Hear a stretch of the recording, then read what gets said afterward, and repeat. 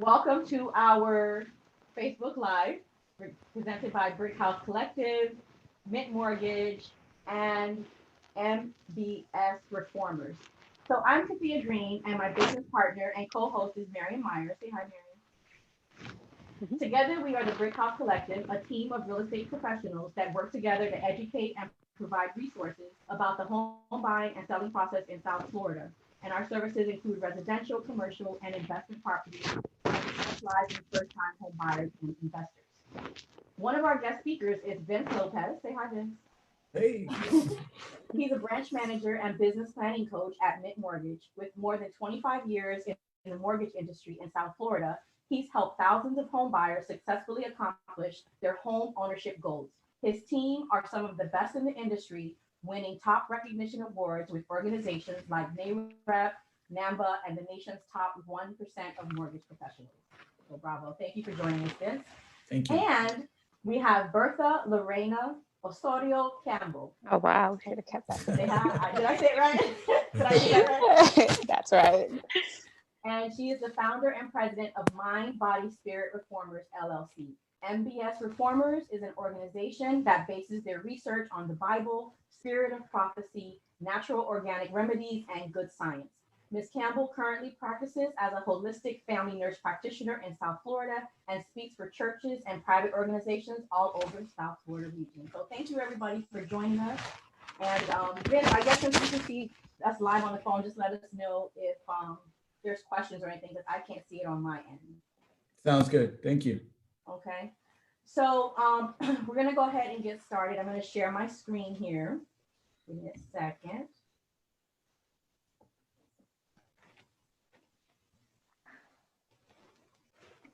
So while Kathia is sharing her screen, our today's conversation. There Wow. it is. So you Okay. can go ahead. So today's conversation, we're going to talk about a couple of topics, and then at the end, we're going to have some questions and answers. So one of the topics is going to be how state mandates are impacting the real estate industry, what to expect from the future housing market, what are the impacts for your home loan and mortgage rates, healthy living by reforming the mind, body, and spirit. And like I said, you'll be able to ask questions and answers. You can actually type them in the chat section or in the comment section, and then we'll address them towards the end. Okay. Again, like I said, that's myself and Marion on there and our distinguished speakers. So the what we wanted to tell you guys is that we do have realtor guidelines for conducting business during this COVID crisis that we're facing. We want you to know that real estate services are considered essential business. So that includes your realtors, your lenders, your title, your inspection companies, your appraisals, your remote notaries. So we don't want to, we're just trying to let you guys know that we are considered essential. So this is why we wanted to come on today and kind of ease some people's minds as to why you're still seeing realtors open for business. We are adhering to the CDC guidelines and taking all the necessary health and safety precautions when we are interacting with the public. We are told not to hold any open houses. We're only doing virtual open houses and tours. We will do an in-person showing only if it's necessary. There are some situations where buyers or sellers absolutely need to sell their home, regardless of what we're going through right now. So we are here to help them through those transactions. And like I said before, we'll adhere to the CDC guidelines when we do take buyers into properties. We limit the number of people that are permitted at an in-person showing, limited to one or two maximum of the actual qualified buyer, and they can we encourage them to use their phones, their videos, so they can show other people while they're walking through the home. We also ask them not to touch anything. We wash hands before and after, coverings on the shoes, all those kinds of precautions that are set to us by CDC guidelines. Also, as realtors, we have limited in-person activity, and we're all working remotely at home. We're staying in touch with our clients, texting, video, social media, phone calls. We just want you to know that we are here, we're open for business, and we're ready to work with you guys. And again, we are observing social distancing guidelines. When we do go out, we try to, not stand close to people. We do use our protective coverings, the mouth guard, the mask and the gloves, and really avoid personal touching altogether. Okay, guys. I know a lot of you home buyers, because I'm going to address the topic of how to help our home buyers during this pandemic that we're dealing with. You know, as a home buyer, you don't have to stop and put your dream on hold. If you want to purchase a house, there are safeguards in place. Like Athea stated, virtual showings. Sometimes some of the sellers will allow just the realtor to come to the home. Some of the buyers still want to come to the home. If the sellers are open to it, we can conduct business as usual, but we just have to follow the CDC guidelines and safety practices. Most of the searches that happen for a home, actually, statistics have shown, have started online. So you start looking for what you're looking for online, you see something you love, and then you say, okay, well, let me call someone to help me get into that home, or let me call a lender to see if I can afford that home. But the majority of the searches start right from your smartphone or wherever your computer or wherever you're at that time. You have to connect with the right experts. You have to get with a group that has a great team. Kathia and I work as great realtors together. We work with Vince, and he gets our loans and everything to the closing table. We have title companies. If you need credit repair, we have a huge team of professionals that help you get your dream to the finish line. Real estate buying, selling, and closing process is transitioning to a fully digital platform. So some transactions can actually have notaries that do it online, or mailaways, or different options that's available to you. It still will happen, and you will still get to the closing table. Try to position yourself to be ready to take advantage of the low rates, because at the end of everything, you know, the economy has to re-stimulate itself, and the rates are going to drop. Some of the prices may drop. So we need to put ourselves in a position to be ready when that takes place. So we wanted to address the fact that some of the questions that we've been getting as realtors and as lenders, Vince, I'm sure you're getting the same question, is, are we heading into a recession? So I wanted to show this graphic to show in the past 5 recessions, the home prices didn't really change that much. 2008 was a very special beast in itself. Lending standards are more stringent than they were prior to 2008 to 2009 prices. And Vince will go a little bit more into that when we get to that point. But I just want people to know that the housing market always fluctuates, whether in good times and bad times. And we have to ride the wave as buyers and as sellers. So again, as Marian said, in this time, as a buyer, you position yourself, and as a seller, you position yourself. And each person has a very unique situation. And that's why we encourage you to get with your professional, your realtor, your lender, your credit union officer, to talk about your particular situation, so that we can walk you through how to get what you need in your housing needs in this market. Now, it's harder for prices to change when there are fewer transactions. So what's happening now is there are fewer new listings and mortgage applications coming through. For sellers, this means less inventory for buyers. So the demand is near an all-time high. So if a lot of the sellers are pulling their listings, if you keep your listing active and you work with realtors that are adhering to the CDC guidelines, there's a very good chance you can still get your house sold. You've got more eyeballs on your house, and you're not competing with a large inventory in your area. Also, mortgage rates are zigzagging, and they're changing daily. So qualified buyers are seeing these low rates, and they're really jumping on them. They want to capitalize on those rates. So for sellers, what does that mean? Lower rates means home buyers have a strong incentive to shop for homes. They have purchasing power, and they will be looking at your homes. There will be more eyes on your home to be able to see your house and get it sold. So we don't want you to feel like you have to pull your house off the market, but like I said, it's a case by case basis. Vince? Awesome. Thank you for that. And just wanted to say, I really appreciate you guys having me on this platform with you guys. And, you know, one of the biggest questions we are getting is, you know, is it 2008 all over again? You know, is it the right time to buy? Should I hold? And I'm sure you guys have been getting swamped with those same questions. And, you know, really appreciate, you guys, you know, you're doing what leaders do. We step up during difficult times to share the information, to share our knowledge, so we can help people that are out there.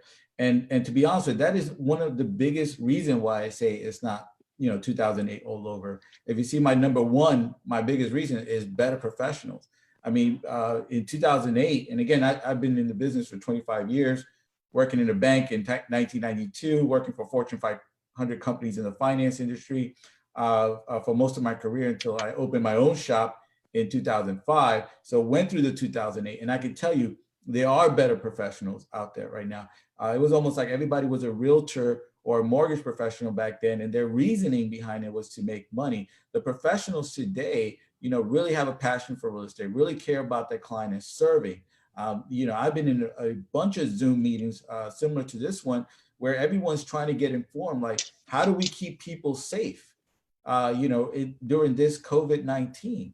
What is the proper way to sell homes right now, but still keep people safe? So that's huge. That's a big difference. People caring, people like Kathia, Mary, doing this type of stuff, really trying to serve, because there was people needed to sell their house prior to this, and there's still people that need to sell today. So how do we help them, and in a safe manner? So thank you for that and for putting this together. The other thing that is really important to know, that there are better mortgage standards. Absolutely.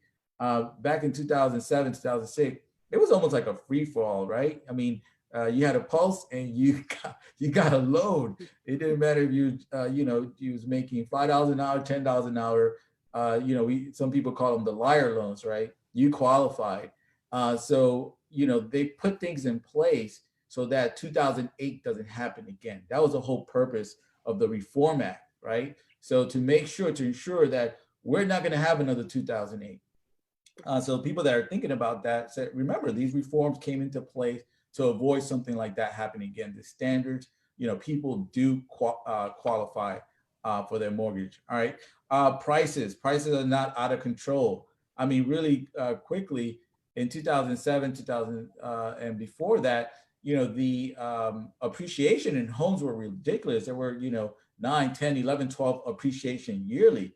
That is not normal. Normal control, you're talking about 3-4% appreciation, which is what's been happening in the last few years. So back then, with lenders being direct contact with appraisers and putting pressure on appraisers, yeah, we could see why that happened. That doesn't exist right now. So home prices, if we take a look at it, they're really, are worth what it's in the market. So that's a big thing, to also a good indicator that we're not going into 2008 all over again.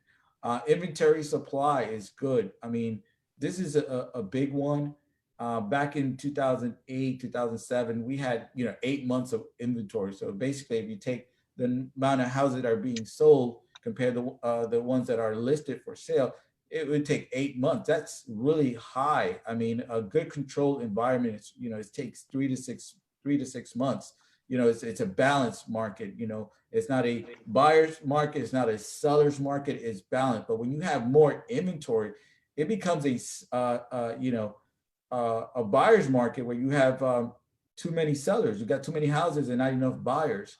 That's when you start seeing prices decrease. And if you ask me, you're probably going to see a little bit of a dip, but not that, because when we went into 2008, we already had 8 months or more of inventory. We currently is at 3 months. So that's a big indicator. And I just want to pause for a second and talk about this, because there's a lot of things happening right now where people are talking about forbearance. It is very important that people understand that this forbearance, this is not a free for all. It's not something that, it's a forgiveness. It's really, forbearance could be for 2, 3, 6 months. But after that is over, you as the homeowner need to come up with this monies. And you could put yourself in a situation where if you can't come up with it, you might be putting yourself in where you're, could be possible foreclosure. So it's very important that, hey, listen, hey, if it comes between putting food on the table, paying your mortgage, okay, you may need to do that, but don't just, hey, run out the door and say, hey, I want the additional help, that kind of thing, because you could be putting yourself in a worse situation. Talk to the lender, find out if you can make a partial payment. So find out if you could defer it to the back of the loan with the interest, before you just take on this forbearance that everybody's talking about.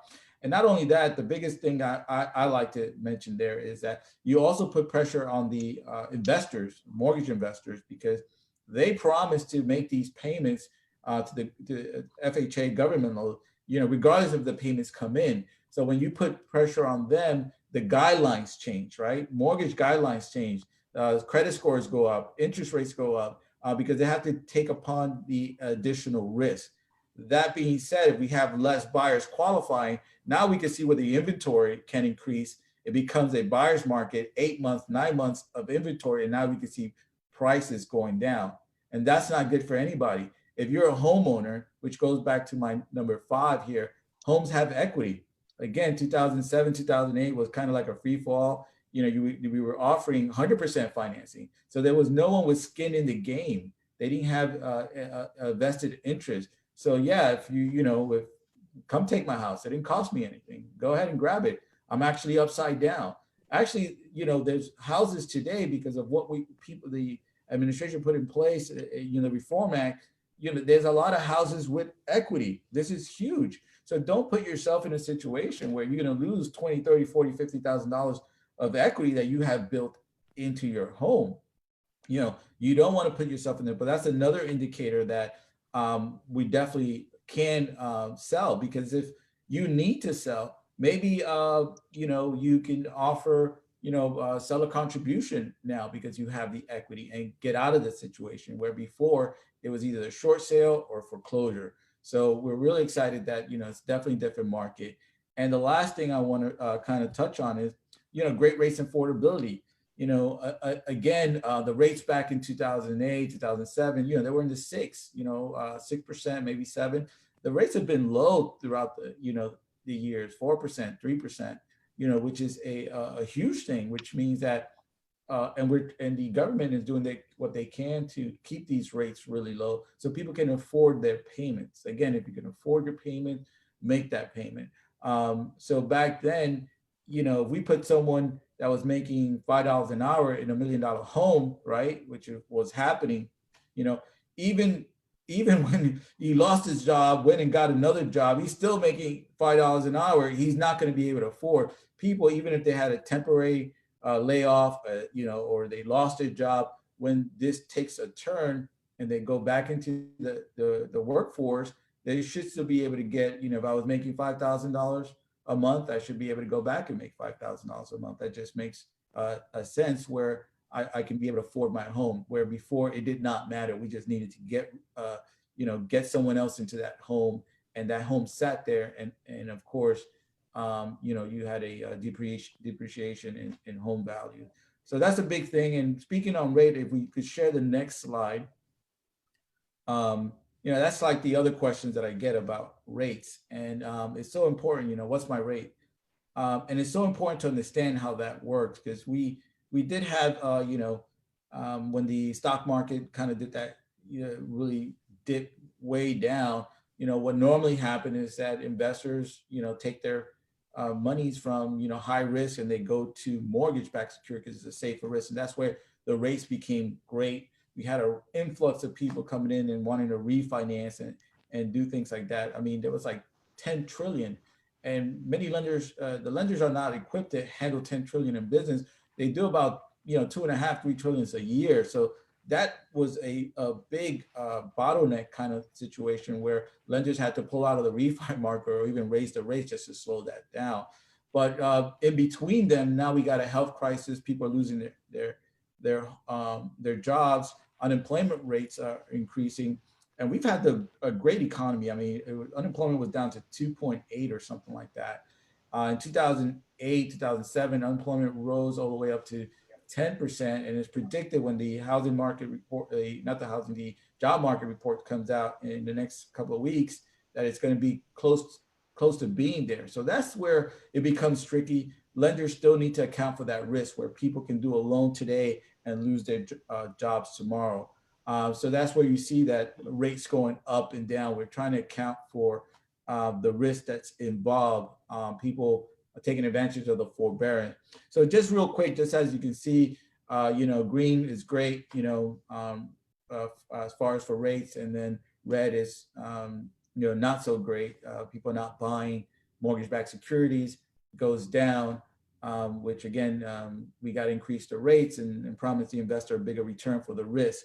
So I just wanted to show you here, like if you can see even on April 7th, just what happens in one day, how it goes up, goes down, and it goes back up. So when customers, they've all been doing it, just been trained about asking, what's your rate? Understand, if you call a lender midday when the rates are down, they may give you one rate. You go call another lender across the street when the rates are up, they give you another a different rate, and you automatically think, oh, that's my lender, right? And it might not be true. They might not have the experience to explain things. So one of my biggest thing when I get that rate is, okay, great. That's a great question. I get that question all the time. What is your understanding of how rate works? And we go into the education piece of it. And that's what we need to focus on. For rates is what can you afford? That becomes more, what can you afford is still safe for retirement. I want to put you in a good situation. Yeah, our rates, are great compared to our competition, but more important, what can you afford? And as long as we're doing that as professional, we're doing the right thing, making sure that people, are being placed in homes they can afford. And that's how we avoid 2008, because that was totally different. And real quick, just to, end this, you can have two twin people here, and, rates, their credit score may be different, and that can affect rates. But more important than that, I want to make sure people understand that, they think about just to argument's sake, let's talk about a 4%. If that is what the market is at right now, which is not, it's actually lower than that. But just to make things simple, 4%, let's just say, some people say, oh, that's a high rate. Compared to what? I mean, what are you comparing that to? If everyone's offering 4% or around there, then that's just the market. But yes, it will be high if everybody's offering 2 and you're offering 4. But just to give you that twin analogy here, you have two twin brothers, let's just call them brothers, twin. They're, one is being offered a 4.25, the other one's offering a 3.75. So, oh, that brother got a better deal. Not necessarily. The one brother may be making $5,000 a month in income, and the other one may be making $3,000 a month in income. So it's more important that we kind of lower the rate for that one brother that makes less money so he can afford that payment, versus the other brother where we can increase the rate and maybe he's cash poor, meaning that he hasn't been doing a great job saving. So we need to increase the rate on him so we can give him assistance, $3,000, $4,000 in additional funds so he can, pay for his closing costs. So it's everybody's situation. It's not necessarily that someone got a better rate. So that's very important when you're dealing with professional that, they both got a great deal. When you think about it, renting, you're paying what? 100% in interest, right? So they both got a great deal. They got into a home, and home ownership is the path to building wealth, building equity. And we're very passionate about that. And it's very important that you deal with professionals, people that are trying to keep you informed, trying to educate you, trying to put you in the right situation. Other than that, if you guys have any questions for me or questions that you get a lot from your, customers, I'd be happy to ask for that. The last slide I have here, I put this up there because what do you focus on, right? We have people, focusing on the virus, Corona, or other people focusing on, what's to come. How do we get out of it? And recently I was in I'm part of NAREP, West Broward organization, and I got a really great quote from one of the board members that said, what lies behind us and what lies before us are small matters compared to what lies within us. And that's so important because what lies within us, if we come out and share it in the world, great things can happen. And we need to get through this. And we, I think we are in this together, and we're going to get through this together. I think Tony Robbins, I saw a video that he put out there that, there's 1.4 million car accidents every year. That's 3,200 deaths per day. That's like a 9/11. So, but people don't stop driving, right? So yeah, we got to realize that, if you're going to be focusing on just the Corona, and I don't want people to misunderstand me, this is something very serious. Corona is a serious virus out there. It is very good at what it does, and we need to take it serious, and we need to take every precaution out there. But yes, there is a way. If you need to sell your home, there's a way to do that. If you want to buy, you want to take advantage of the low rates, or a situation where you can put yourself in a better situation, then definitely there's professionals out here like Kathia, like Miriam, that can put you guys together, a seller that wants to sell and a buyer that wants to buy. But again, it all has to do with what you're focused on. If you're going to sit in your house and say, I'm not doing anything until this is over, it may be a new norm for a little bit. So, if you're waiting for the government to rescue you, if you're waiting for things like that, again, there are ways to handling these transactions in a safe manner.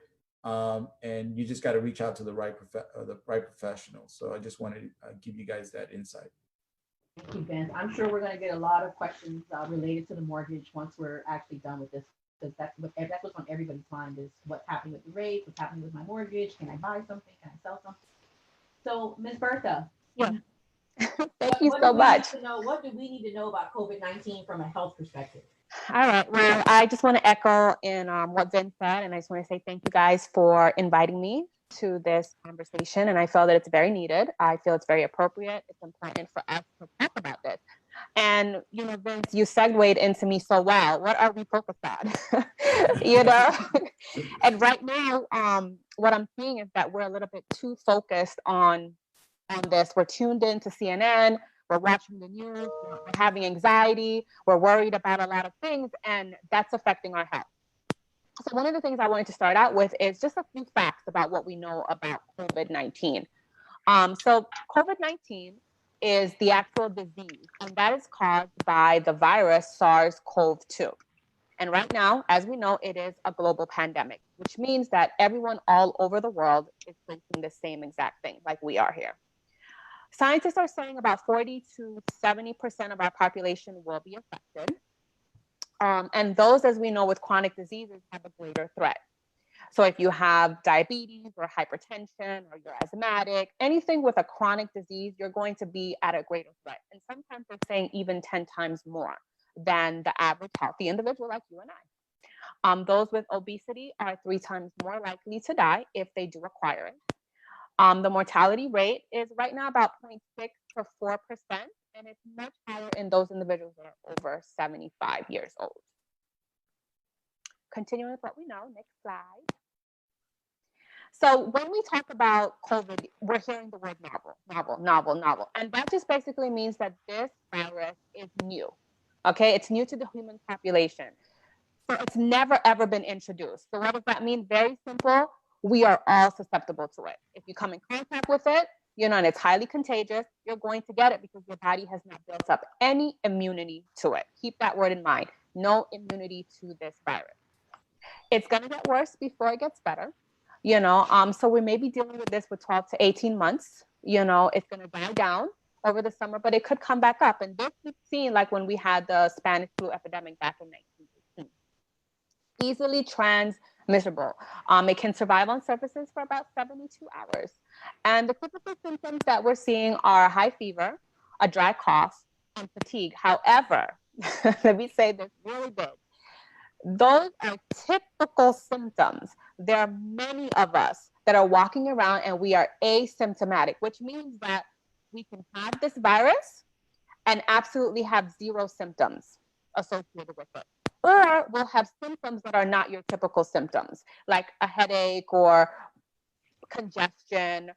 We're even seeing where some people are having some rashes or maybe a pink eye associated with it, or loss of smell, loss of taste. So those are atypical symptoms. And some people can be walking around with not having these symptoms at all, which is why it's so important for us to adhere to what the CDC guidelines are saying. And I applaud the CDC for coming up with all of these recommendations and for you guys to talk about, especially in the housing market, how you're keeping safe in this time. Next slide. So those are the things that we do know, but we need to kind of focus on what is the prescription for health during these times. And this is something that I tell all of my patients. So the first thing that we want to do is kind of maximize. And this is whether there's a novel virus or nothing. This is just general guidelines for prescription for health, keeping your body healthy. You want to put in what's unique to your body.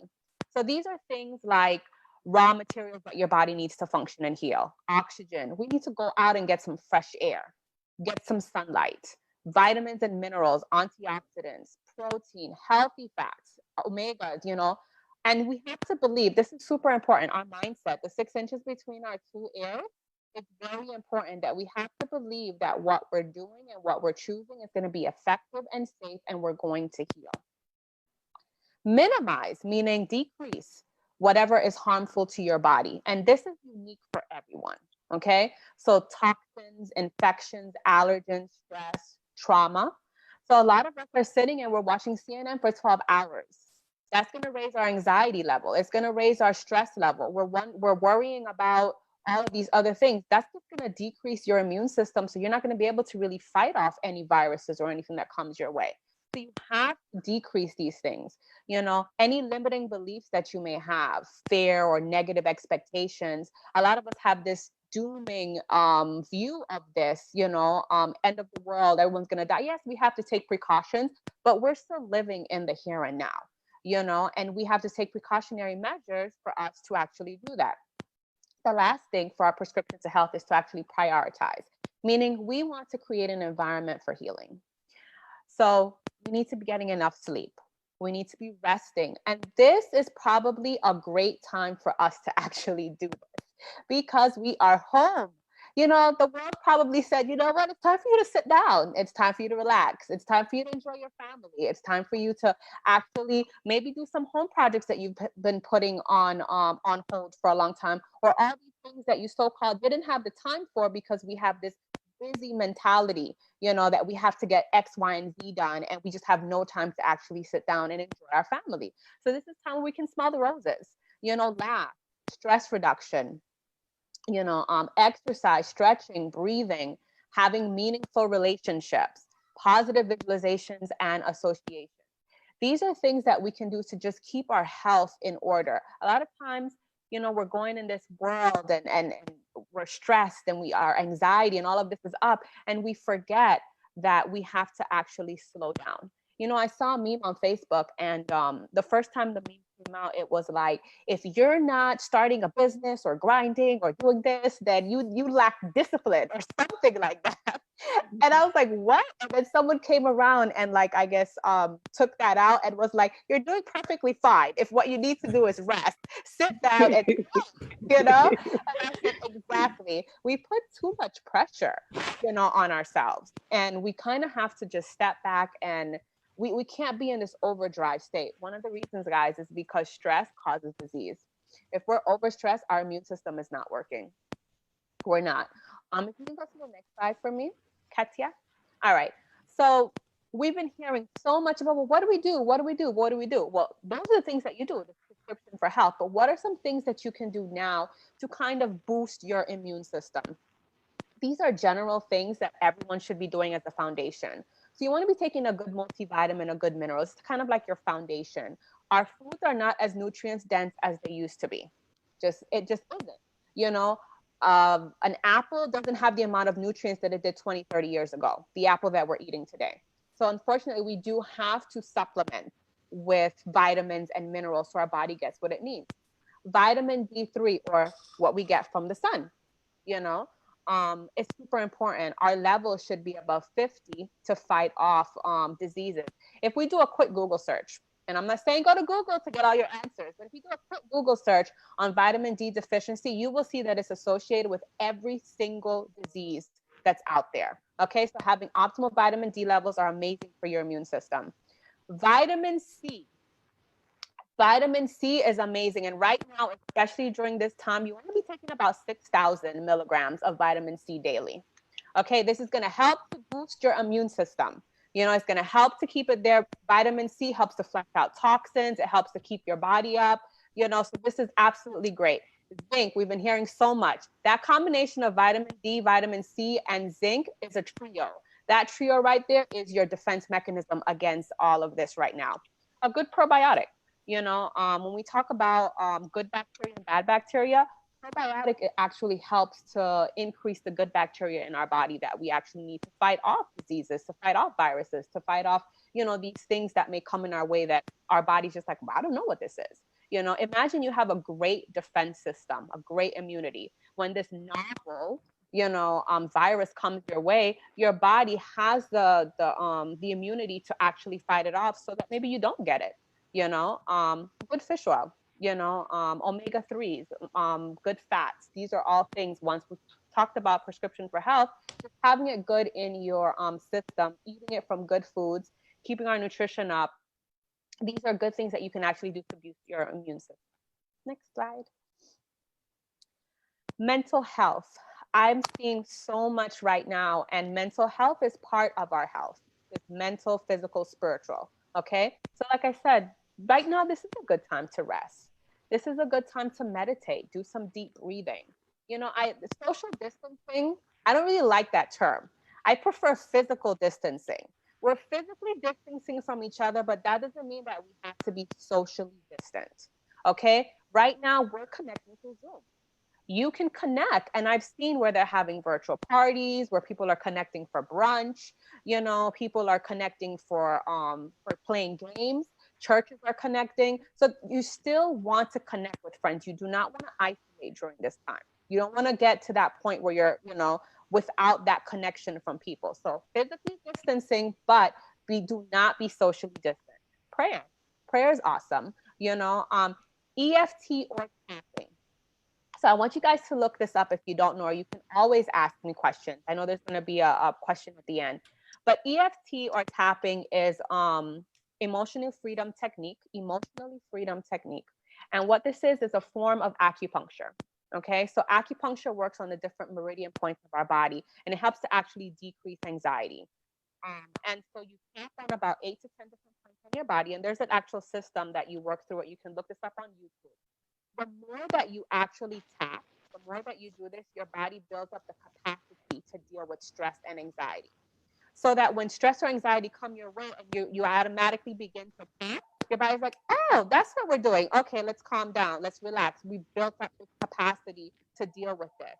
So you have a glass. Let's say I have this. And this right here is if someone comes and knocks me, do you see how full this is? This is going to then spill over. Okay. That means that I don't have the capacity to deal with when someone comes and bothers me. But the more I tap, this is going to empty down and go down, that I can actually I can take more of what's going on in this world and take more of all of this. That when someone comes my way, then I'm not going to be easily frazzled or easily stressed out, because I've actually built up my capacity to deal with it. That's an awesome way to actually to help during this time, especially with all of the anxiety. A lot of my patients right now that have never even dealt with anxiety are dealing with anxiety right now, because they're like, I don't even know what this is. I can't breathe. I'm waking up in the middle of the night. I can't sleep. Guys, this is really, really not good for your body. And the more you're stressed out, the more your body's immune system decreases. And you're now way more susceptible to receiving this, getting this, or getting anything else that's out there. And one of the things that I wanted to, practicing that daily is very well. And then just finding resources out there. There's so many things out there. 211 is like your best bet to call and find out, where are some places that I can go to get free groceries? Where are some places that I can go for free mental health resources? There's a lot of places that are offering these different things, information that you can actually get during these COVIDian times. It's COVIDian time. That's what these are, And so during this 2020 pandemic, we want to be able to help each other out. So I applaud Katia and Marian for having them tonight on here to help talk about these things and give these resources out there. One of the things that I am offering is, let's see if I can do my banner white. Okay. I have a little immune support kit. They're very limited because vitamin C and all these other things are super hard to find. So I am selling these locally. We could talk about shipping if you're not close. But I'm in Davie. So if you guys are interested, then you can always contact me for this immune system. It comes with vitamin D. It comes with a liposomal vitamin C, and some other things to actually help boost your immune system during this time. And I also do IV nutrient therapy in the home, which we can talk about that as well. But during these times, I want you guys to stay safe, stay healthy, be physically distant, but not socially distant. And just take care of your health the reformers way. I think that was it, right? Did I have another slide? No, right? I think that was it. Yeah. So we wanted to thank everybody for being on the call. There's a lot of great information that was presented by Ms. Campbell as well as Vince. And there are a couple questions that have come in that I want to just kind of clear up, or maybe we can elaborate a little bit more. I'll start with you, Ms. Bertha, since you just, I'm trying to say Ms. Bertha, since you were just on there. You talked about positive visualizations, and one of the questions is what type of, like you're I don't want to use the word stuff. We're embracing the fact that we're at home with our families for extended periods of time.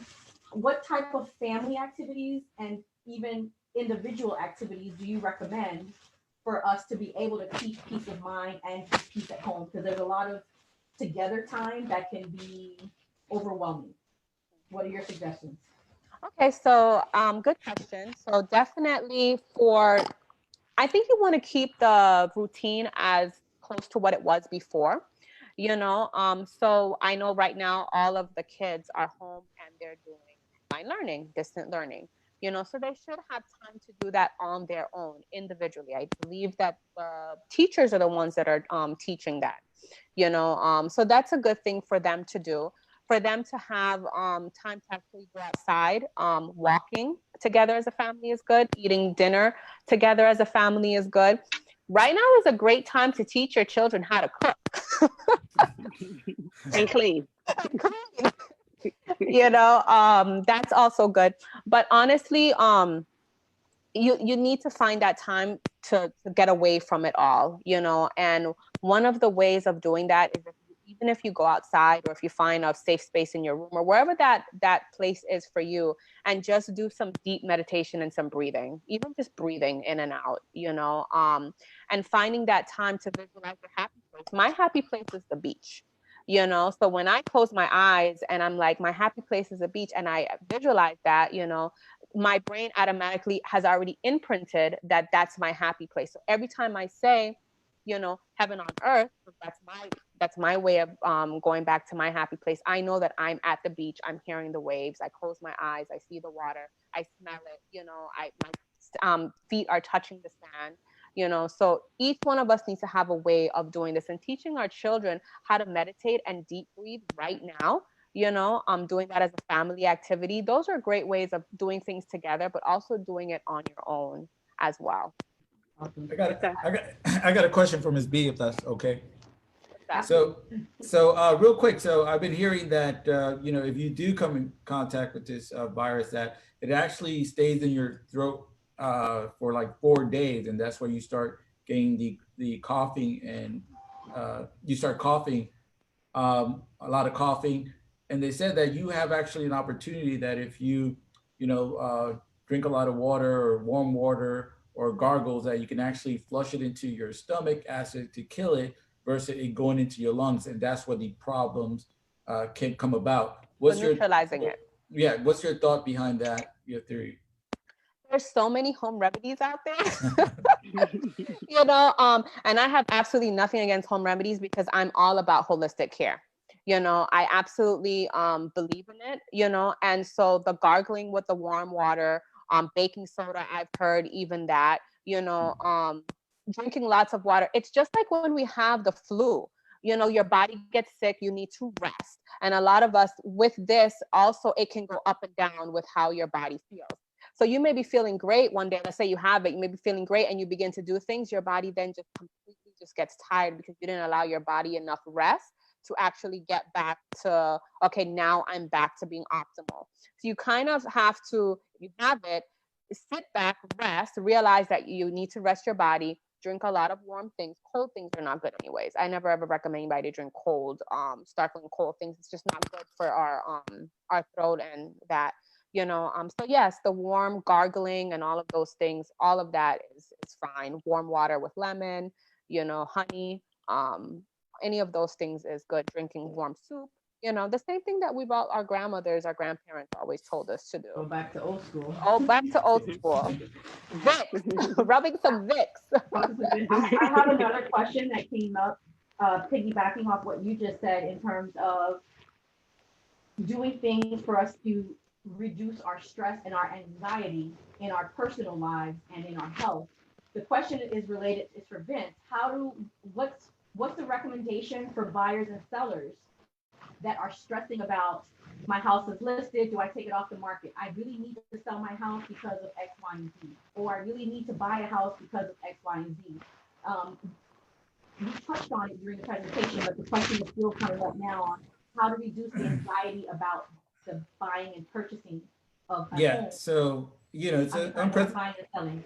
it's unprecedented time, and I can tell, that there's definitely reasons to, people are, getting nervous and anxiety. But my always go-to is, contact your professional, see what options are there, see if what they're saying to you is relieving some of that anxiety or that stress. See if this makes sense for you. Because we talked. I've talked to some sellers. I'm taking my house off the market. I'm on lockdown. No one's coming into my house. You have that, okay? And you can't. Hey, listen. If that's how you feel, safety first, that kind of thing. But there are people that I need to sell, and please don't tell me I can't sell. And say, we give them the option. Look, the way we're handling it is like, hey, we got shoe covers, we got gloves, we got face masks coming in. You and the family could be outside. Make sure you leave all the doors open. The realtor comes in with a camera, does a good job lighting, takes a good video. They share this, a virtual open house for people. They share it on social media. People show interest. We get them qualified. We taking precaution as well. So just getting them ease of mind. Like, this is the process. Could be a new norm. This is what we do to keep you safe and still be able to accomplish your goal. And that should take some of that weight off, if they really need to sell. So, and we've been finding that people are like, oh, wow, thank you. Is that what you're doing? That makes total sense. I feel comfortable with that because life has to keep going. It has to move on. And we just got to talk to professionals to see what plan you have in place during this COVID-19. How are you keeping me and my family safe in this transaction? And if you don't come up with a solution that makes me feel comfortable, I'm locking my doors too. I'm locking my doors too. It's just so here's another question. I think Marion, you can take this one. Is okay. It says here, you mentioned that the digital platform is where real estate is moving anyway. And the question is, can you really sell a home without physically walking into the house?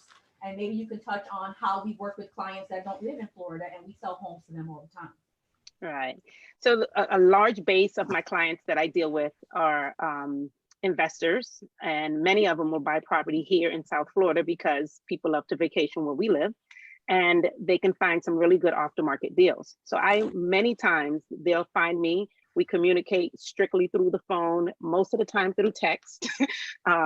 Every now and then when we do have to do a video tour, I go into the home after speaking with the homeowner, and I literally just hold my phone up to this area here. I let the homeowner know that I'm doing a recording. I have a client on the phone, and if there's any questions that client has, I have the homeowner there at that time that can answer the question. And the entire process is done just through me communicating with the seller and being able to show the buyer what the home looks like at a very slow pace so they can feel like they're actually there. The paperwork and everything else happens the same way with them, with the distant person then as we will do it now with COVID-19 here. We still have mailaways. We have, for the cash buyers that I deal with, they do online notary services. So if you're being financed, it's 100% dependent on the different lenders, how they want to handle the notarization and that process of it. But for most of my investors, they're cash buyers, and it's completely done without the two of us ever meeting each other. Another question for, I think this one is going to be for, I'm just going to ask the question. So if you have, they're getting a lot of information from everywhere. How do you know what to listen to? For example, people are hearing, Vince, you touched on the forbearances and the holds on evictions and foreclosures and things like that. And people are hearing different things. And what's going to happen is, or what's happening is, there are some scammers out there that are preying on people's vulnerabilities right now, the fact that they're panicking, or they're hearing, hey, I can not pay my mortgage for 3 months, or my landlord can't throw me out, or whatever the case may be. Go back again and remind everybody what's the best route to take so that they're not becoming victims of scams during this period that we're in. Yeah, so according to NAR, it's an interesting fact that according to NAR, 64% of transactions that happen in the real estate is through people fear of influence, so friends and family members. So that's always important to always be dealing with people that you know, like, and trust. The recommendations are huge, right? A family member was treated well by this realtor, by this lender. That's a good indication that, hey, let me go speak to that person. And the other thing that people can do is actually Google and get reviews. You got to go and Google the person you're dealing with, see what kind of reviews they have. If they don't have any reviews or they have anything negative, hey, put a pause and get another opinion. So those are the kind of things that you can do. And technology, in one way today, like Ms. B was mentioning, how we can still be connected. We can get people face to face on the camera, and get an idea, get a feeling of are these people trustworthy? There is way to do things secure. We have secure online application. You could upload documents. We use the remote notaries. So many ways to keep you safe. And again, there's always these reviews that my past clients, your past clients can vouch. And those are ways that I would recommend. I wouldn't be going blind and just trusting someone I've never heard of or talked to. I just wouldn't be doing that. Right. That's what's happening out here with the panic is people are hearing information. And as Bertha, as you mentioned, we're spending 12 hours listening to CNN and all this stuff that's happening. People are running out of the stores and hoarding toilet paper and, overstocking food. And it's just a state of panic. So with that, I wanted to just put out there that there are apps and platforms that are being offered to the general public at either free or discounted rates for us to be able to log on and take a Zumba class or some other type of meditation class, or some type of app to download that will help you breathe. Because some people have never meditated before and we can't physically leave our house and go and start doing that. So just to let people know that they can go out and research meditation apps and workout apps and things like that, so that you're, like you said, you have to still keep living. We can't completely give in to COVID. We have to continue building the economy as well. When you're ordering food, when you're eating out, or even grocery shopping, you can have your food delivered in. So we do have a lot of options. Going back to your 211 resource, that's a really good tip for everybody to find out all of the events that are out there. And I know that each municipality also has a text code where you can text within your city what your city is doing specifically to help their citizens. So, Mary, did you want to? Yeah, I hear it. You did pretty good. Ms. B, I was going to say another thing to touch on relaxation and meditation that some people can also do would be to find some type of music that they like or some sound that they like. You love the beach and, listening to water flow from something may re-trigger that thought process. Incense and essential oils, the smells of those lavenders and things like that may put you in a Zen place where you can slowly take deep breaths and just not deal with anything. And that may help with relaxation and things like that as well. Okay, I don't see any other questions coming in. Did you guys maybe have something that you wanted to touch on that we hadn't touched on already? Or I'm not sure if it was, I do, I actually have one. I'm not sure if Vince, you were talking about this, but what about for those individuals that are not working right now? Very good point. And they have a mortgage that they have to pay, then what are their options? Since this big lump sum is gonna then have to be due, what's there for them to do? Yeah, so that's a great question. And, someone lost a job, but you find many in that situation, unfortunately. And yeah, and of course, everyone, it's a kind of a little bit defeating feeling, especially if you're working for a company for 5-10 years, that kind of thing. But understand, there are some help being given out. If you're a small business, there's small business loans that's happening. The administration, the government official, they are trying to do what they can. But at the same time, you got to do things yourself. You can't just sit back and wait. Find out, this is a time to definitely connect with friends, family. What can you do? while working from home to earn extra cash.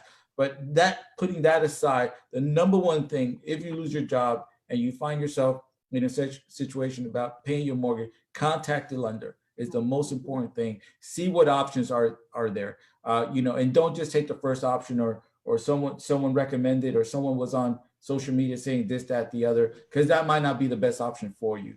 And get clear understanding. We got too many people signing paperwork without understanding. If in fact that, you get a 3 months deferment, what is your plan? Because yes, after a forbearance, after 3 months, you're gonna have to come up with three months payment. What is your plan? What is your plan? Where's that coming from? Ask the lender, if I'm not able to come with the 3 months, after, what other options are there? And if they might have a different plan in place, well, they might just say, hey, if you don't think you can come up with the money, then I wouldn't do this. Let me find another solution for you. But the communication is super key, especially with the lender. Most lenders that are out there, they're very understanding. They understand the situation. They're going to look for options to help you out. I have another one. What about if someone is, was thinking about buying a house and then they lost their job during this COVID Or time? in the process of buying a house early on and lost their job. Yeah, what happens with that person? And then does the lender look at it a little bit different? Is there going to be special provisions about during this time for that? So. Yeah. So when that happened, is an unfortunate thing, and it has happened, right? The thing to be clear on is we're gonna have to put a pause, right? Now, we've had a situation where a person lost a job, and but really quickly they got an offer for employment with a different company, and they got their offer letter, and they're gonna start on this day and be making a pretty similar amount of income. Then that person, great, we can still help and we can still continue. But if someone lost their job and they don't know where the next check is coming from, we do have to put a pause. We put them in contact with the realtor to see, based on the contract they sign, talking to the seller, making sure they try to do what they can to secure that deposit as best as possible. But we won't be able to continue with that loan because, again, the key thing there is that we don't know when their next check where it's coming from. Vince, I had a question for you regarding that. So with the COVID-19, some people haven't actually lost their jobs, but because they're not able to go to a restaurant and run the restaurant, it's on hold. So there's a gap in their 2-week or whatever period they get paid during the process of them purchasing a home. What happens in that particular situation? Okay, so that has happened, especially for business owners. One of the things that lenders are doing really focus on is throughout the process of this loan now, they're actually verifying employment 2 and 3 times, sometimes 3 days before closing. Some lenders are even verifying employment the same day of closing. So this is a very big thing. So if the lender sees that they lost income or a reduction of income, and we may be putting them in a situation that they can't afford their home, again, same thing, we're pausing. But in a lot of cases, a business for self, they're showing us, hey, we were able to still figure out how to still make money by delivering our services or putting something in place. And maybe it's not the same amount of income I was making before. It's reduced income. Look at my bank statement, look at this. And if it still meets lending criteria, we're able to continue. We're not just, hey, you had a reduction in income, you had a pause in income, the deal is dead. No, we're still trying to figure out, if a seller wants to sell and the buyer wants to buy, how do we put our heads together? How do we figure out a solution for this to continue? But what we won't do ever is put somebody in a worse situation. Put them, right. What we was talking about, stress, right? Or, put him in a really stressful situation. I don't know how I'm going to pay for this house I just bought. We're not going to do that. I had one more question for you, Vince. Probably a couple of will come after this.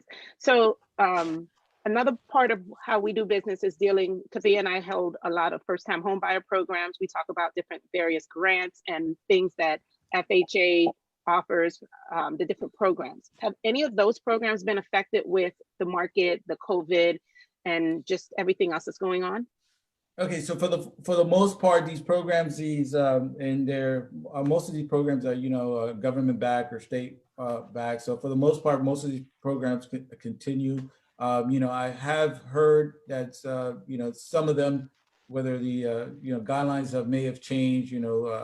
Some adjustments need to be made, but for the most part, most of them are still in effect and active, and we're keeping a watch on there. There's money there for people that need down payment assistance or grants and things like that. They're still there. They haven't ran out. And from what I understand, the administration is buying mortgage-backed securities. They're putting money back into the state. They believe in home ownership. That's why we were considered essential. It definitely is a way to help the economy get back on its feet and going. So from what I can tell, they're still there, and I don't foresee that changing, but I don't know. I don't have that crystal ball. But for right now, if somebody wants help, down payment assistance and grants, they're still there for them to take advantage of them. I think one of the messages that we need to really have people take away from is everybody's situation is unique. For some people, this is a prime market for them to either buy something or to sell something. So it's not that everything is just on hold, and it's really a case by case basis, and to reach out to your professionals to have to really take a look at your situation and see if this is a good time for you. Because rates are low, inventories, so it's one of those situations where you look at it and there is opportunity there, of course, with safety precautions.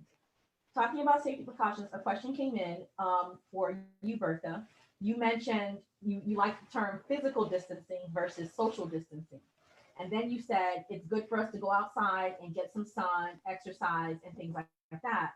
So, what is your recommendation? What is the CDC saying about going outside, getting exercise, but keeping your distance? Because you hear 3 feet, you hear 6 feet, you hear, you don't pass people in crossing. And so, what is your recommendation for that to safely be outside? So yes, the CDC recommends you can go outside and exercise, as long as you're practicing that 6 feet distance with other people. So if you're a runner, if you're a cycler, if you like to cycle, if you just, want to go outside, just get some fresh air and walk, that's fine, but you don't want to be with someone next to you, because what happens is, because of the contact precautions, the droplets, sneezing and all of that, if you're less than 6 feet, then you can get those droplets on you. And then, if that person has it, then you're more susceptible to actually getting it. And that's the whole reasoning for that 6 feet distance. Then the other thing I see a lot of people doing is that they're visiting each other's houses. Mm-hmm. Like, I'm healthy, you're healthy, let's just go ahead and visit each other. But that's not the right thing to do right now. You don't know where that person has been in contact with, or who that person has been in contact. And if everyone has that mentality of, I'm healthy, let's just go and visit each other, then we're really not being physically distant at all. We're not flattening that curve. We're actually making it worse. So going back to what you said, go ahead, Ben. No, I'm just curious what Ms. B has to say about what do you do when you get a Amazon package or a package that comes to the door? What is your say? What do you do? So you have to basically Corona wipe it down. Okay, all right. Your food delivery, anything that you're getting delivered, you want to make sure that you take the precautionary measures to actually wipe that down, clean that down before you bring. Some people are opening the boxes outside, doing that, throwing that out, and just bringing in the package. But you want to wipe that down. And these are times where we have to be very, very careful. So when you said about keeping the distance outside, and I see families walking together, but let's say you're quarantined in your house with your family, and that family goes out togetwer. Is that family needs to be 6 feet apart, or just that? No, they're in the same household. So if you're in the same household with your child, unless you are working outside, because I know a lot of healthcare professionals, they're also keeping distant from their family. I know that I try not to be around my son at all. But if you're at home, you're working from home, and all of you have been indoors, there's no problem with you hugging on each other. There's no problem with you guys, loving up on each other, giving each other a hug and a kiss, because you are all staying together in that house. you know. But if when someone goes outside now, comes back in, then that's the problem. All right, I don't see any other questions coming in. Sophia, Yes. I wanted to just say a quick thank you to all of our essential workers out there, doctors, nurses, rideshare people, delivery people, Instacart, Amazon, whoever's delivering, bringing us what we need while we're kind of at home, bunkered in, trying to make this COVID happen. We really, really appreciate you guys. So we just wanted to say thank you. Amen. Yeah, absolutely. Thank you. And you know, I want to say something else too. That's been showing up on the news about we have to be good citizens, where we're not just taking off our gloves, throwing them out, taking our mask, and just we're being so disrespectful. And I think even before COVID, we had as a nation, as citizens, good stewards, we needed to have some work done on that. But it's really it's sad to see what's happening with that, where people are not disposing of their gloves and their masks. And you know, let's retouch on that again. What is the proper way to dispose of it, and when do you dispose of the mask and the gloves? You asking me? Yes. Okay, so I can pretend like I have gloves on, you know, right now, and whatever I'm touching, you know, if I'm touching my computer screen and then I go and I touch my phone, you know, then whatever I took from the computer screen, I'm just passing it on to my phone, passing it on to wherever else that I touch. So I see a lot of people, and I think what you're talking about is a lot of people are wearing gloves in the supermarket. They're in their car. They're holding their, you know, their wheel, their, you know, all of this, and they never ever remove that. That person has just transmitted everything to every single surface with that one pair of gloves, you know. So that's not helping. What would help is you don't have to wear the glove. You can wipe down, you know, but wash your hands, you know, for 20 seconds, you know, like actually wash your hands. That's the best defense that you have to actually remove anything that may be on your hands. If you choose to wear gloves, then you need to know that you're only wearing gloves for that one particular thing that you're doing. You know, when we're in the hospitals or we're around patients, and you remember this, right? Or you, of course, you know, I still utilize it. Thank you. Utilize it, you You're know? the health professional here today. You know, then you know, in this case, then it's like, okay, I'm giving an injection to a patient. I'm not going to then go to another patient with that same exact glove to go do something else to that other patient. I'm cross-contaminating between those two patients and myself and whatever surface I have touched. You know, so if we're going to wear gloves, it's only for one particular thing that you are doing. So let's say someone went grocery shopping, and without gloves, they went grocery shopping, all of this, they put their stuff in, and then they wanted to, you know, take out the groceries to bring it in the house with pairs of gloves. Okay, then do that. As soon as you're done, throw away the gloves, you know, and wash your hands. You're only using gloves to do one thing, so it's not necessary to wear gloves everywhere and then throwing them on the parking lot or throw it in the garbage. Wash your hands. That's what's contributing to the shortage. People don't know how to properly use them, and like you're saying, you just wash your hands rather than, you know, if you're using them properly, that means you're going through dozens of gloves. You're going through a whole box, maybe exactly. 2 boxes. Unnecessarily so. So we just really wanted to kind of clear that up for everybody. So, folks, I think we're going to wrap this up. I'm going to put this our information back up here on the screen. Share my screen here. So everybody that's on, we're going record this live webinar or live presentation. We will replay it on all of our sites. So if you've missed something, you can watch it from the beginning as well. We apologize for the technical difficulties we had in the beginning. We're not all Zoom experts here, but we will be by the end of this COVID pandemic, I'm sure. So this is and also, I was gonna say, if they have any comments or questions that they need and they want to put it in the comments wherever we're posting it, reposting or doing a watch party later, they can put those there and we'll respond to those comments in there as well. Absolutely. And you know, the COVID is changing and we're getting new information all the time. And so when there's another major update that we feel like we need to present to you guys, we'll definitely be back on. but we just want you to know that we're all here. We're only a phone call away, a text away, a Snapchat away, Hangouts. So whatever platform you're using, you can reach us, and we will get you connected with the right professional to get the information that you need. Because I think one of the biggest problems that we're having is misinformation that's leading to frenzy and panic, and and doing the wrong things that's going to keep this pandemic around longer than it needs to. So that was really our purpose today, was to bring it to you from different perspectives that really affect our world in real estate. And you know, without you, we don't, none of us have businesses, so we have to take care of each other, and we have to do it together. So with that said, unless any of you guys have something else that you want to say, I thank Just want to say everybody. thank you. Thank you so much for having me. Keep doing what you guys doing. Keep being leaders. We really appreciate you guys having me. Thank you, Thank you, guys. guys. Bye, guys.